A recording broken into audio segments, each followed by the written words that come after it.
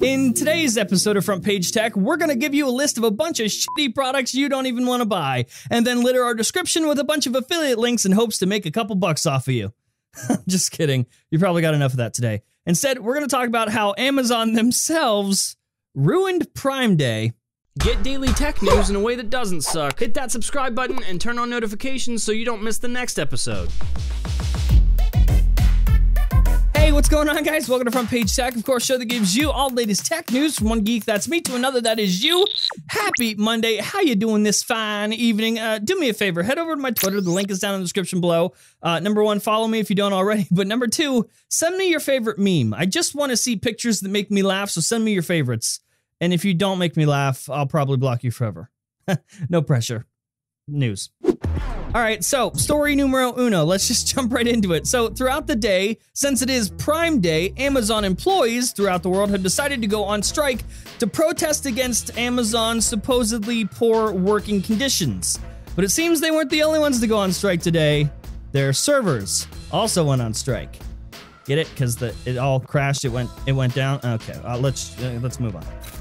So literally, like right as Prime Day started, it seemed that Amazon's website pooped its own pants. I mean, every year for Prime Day, Amazon gets a ton of traffic, but it seems that this time around, they just couldn't handle it. In fact, as I'm recording this right now, it's not even 100% fixed, like they're still having issues here and there. To be clear, the outage isn't like everywhere, but a lot of people are experiencing it. They just go to the website and see a sorry, something went wrong on our end page with a cute dog.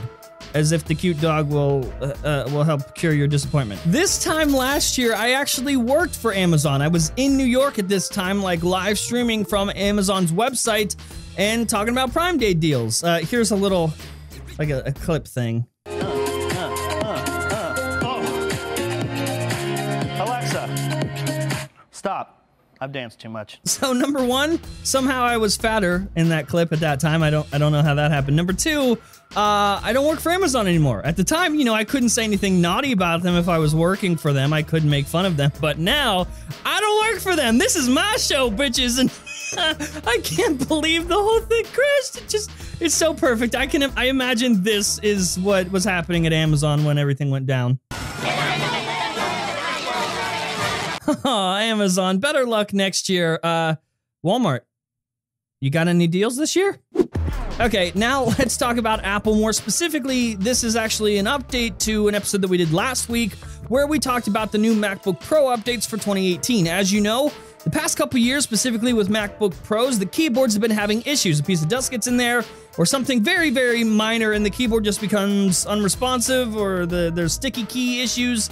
And Apple won't admit this. They have refused to admit that this is an issue. There are class action lawsuits going on with this whole thing. And in last week's episode, I mentioned, yes, we have new MacBook Pros for 2018, and Apple has updated the keyboard with like a third generation butterfly keyboard.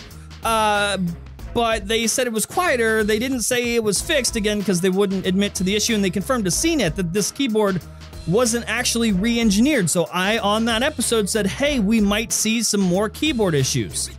Turns out I was wrong, and because Apple was a bit sneaky. So iFixit did what iFixit does, and they tore the thing apart. And under the keys for the new third generation keyboard, they found a silicone membrane that sits underneath the key. Apple says that this is what makes the keyboard quieter. But I mean, in reality, these silicone membranes are literally there to stop things from getting underneath the key. This is the fix that we've all been asking for. So effectively, they have fixed and solved the issue here with these new keyboards on the 2018 MacBook Pros, but they are refusing to incorporate this new keyboard in the previous MacBooks that were having the issues, which seems kind of f***ed up. Even more f***ed up is that I would put any money on this and say that this is the fix. This was supposed to be a fix all along. That's why this exists in this keyboard, and that was the original purpose, but it also happened to make the keyboard quieter, so then they went on this whole press thing about how the keyboards are quieter, when in reality, that's not even the point. So, once again, we have yet another issue where Apple is totally avoiding taking responsibility for this. They still have not admitted that the keyboards had issues, because if they did, they'd probably lose the lawsuits. So this is just a way to literally quietly make it all go away. All right, so Apple, I guess props to you for fixing it this time around so consumers aren't faced with the same issue this time.